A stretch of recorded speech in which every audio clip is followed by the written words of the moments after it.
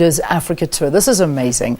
The Pan-African Dance Tour will make 10 stops, and the first stop is Zimbabwe. Paul is in studio with us. Wow, when you hear me reading your CV, you know, what does that do for you?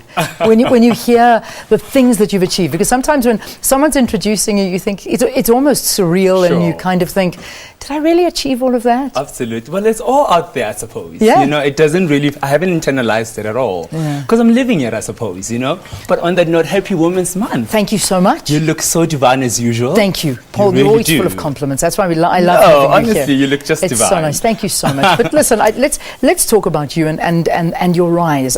It's always nice to talk about somebody and where it all started for them, Sure. and where this love for dancing was. Where did it all begin?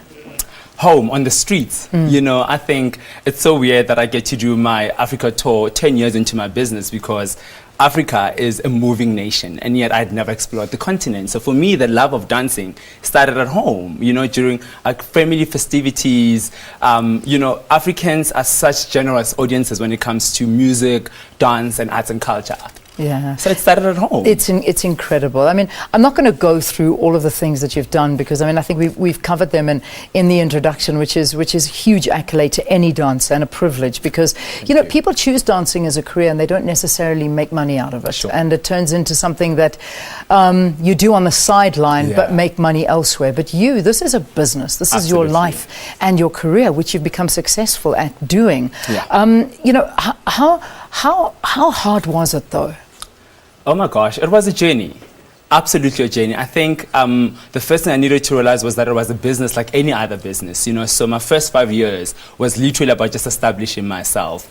And like many businesses, I've faced moments and days when I felt like shutting down as well, but you strive on, you know. Yeah. You have to get your entire business model in place. I always say that you can sell anything, provided that you're willing to put in the amount of work, that you're willing to approach it from a business perspective. So I needed to get the right model that worked. And I'm glad 10 years later, I'm still in business. Yeah. And yeah, I'm working. You've got the model, I'm a working artist. and you're so damn talented. Now, this breaking down borders, I mean, I love the idea, Sure. and I think it's fantastic. Where did it come from? Why are you taking it to 10 different African countries?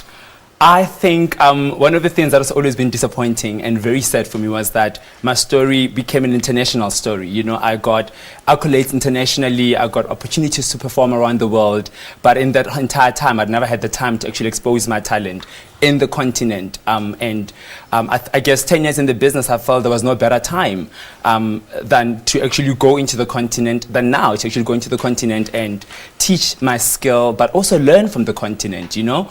I feel it's part of my give back to this continent that has given so much to me. I've made history, as you said earlier, as being the first dancer from the continent, and yet I've never given much to the continent. Yeah. And I think a lot of artists in South Africa, when they think outside of the borders, they think USA, Europe, and perhaps even Asia, but we barely ever think about the continent as a market. And it's a very responsive market that needs us to really grow into. That's and amazing. to get our talent out there. How's the uptake been so far? I mean, since you've announced it, do they know you?